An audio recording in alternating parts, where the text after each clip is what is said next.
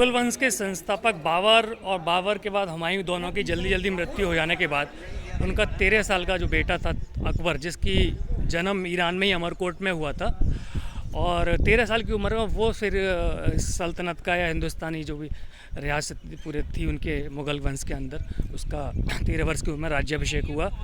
और अकबर ने फिर 49 साल तक 49 ईयर्स तक शासन किया था, और जिसका मोस्टली प्रभाव था उत्तर भारत की तरफ, दक्षिण तक भी गया था मुग़ल वंश का प्रभाव, लेकिन बिहार और उत्तर हमारा मेन भारत है, उत्तर प्रदेश, दिल्ली, तो यहाँ अकबर का ज़्यादा प्रभाव रहा है। और अकबर ने दिल्ली की अपेक्षाकृत आगरा को ज़्यादा वेटेज दिया था। आगरा में उन्होंने ज़्यादा समय गुजारा था, और अपनी जो जैसे ये आज हम सिकंदरा घूम रहे हैं, ये भी अकबर का ही मोनूमेंट है या मकबरा है, या उनकी वहाँ समाधि बनाई गई है। तो अकबर ने जो 49 ईयर्स यहाँ पे शासन किया, फ़तेहपुर सीकरी की स्थापना की, वहाँ इबादत खाना और जो भी उन्होंने स्थापित किया। और दक्षिण जाने के लिए जो उनका अकबर का मेन मार्ग हुआ करता था वो दिल्ली से आगरा, और आगरा से फिर राजस्थान अजमेर होते हुए आगे गुजरात की तरफ कूच करते थे। और प्रथम यात्रा में ही उसने प्रथम बार समुद्र भी देखा था, ऐसा इतिहास की पुस्तक में पढ़ा है।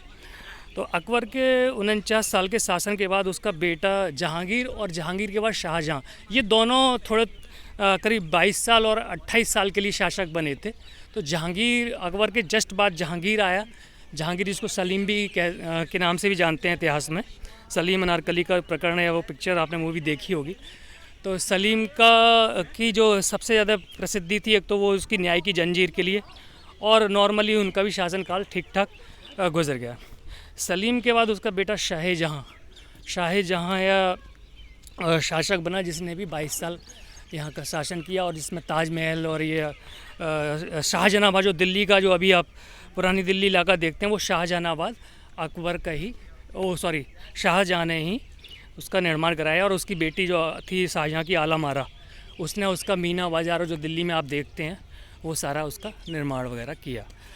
तो शाहजहाँ के बाद फिर औरंगज़ेब आया।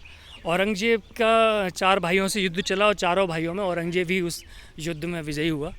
और औरंगज़ेब ने फिर थोड़ी सख्त नीति अपनाई, थोड़ी क्या ज़्यादा ही सख्त नीति अपनाई, और अपने उसूल जो भी सख्त शासन के आधार पर उसका भी शासनकाल 49 years, same equal to Akbar, 49 years के लिए उसने भी शासन किया। औरंगज़ेब के बाद फिर जो परवर्ती जो मुगल्स जो भी हुए हैं सुल्तान, वो सारे कठपुतली बने रहे अपने वज़ीरों की और राजाओं की, और धीरे धीरे फिर अंग्रेज़ों ने यहाँ पे अपना सिक्का जमा लिया। स्पेशली 1757 में प्लासी के युद्ध के बाद अंग्रेज़ों का यहाँ पे वर्चस्व हो गया, और 1857 की क्रांति में लास्ट जो मुग़ल शासक था बहादुर शाह जफ़र, उसको कैद करके रंगून भेज दिया गया।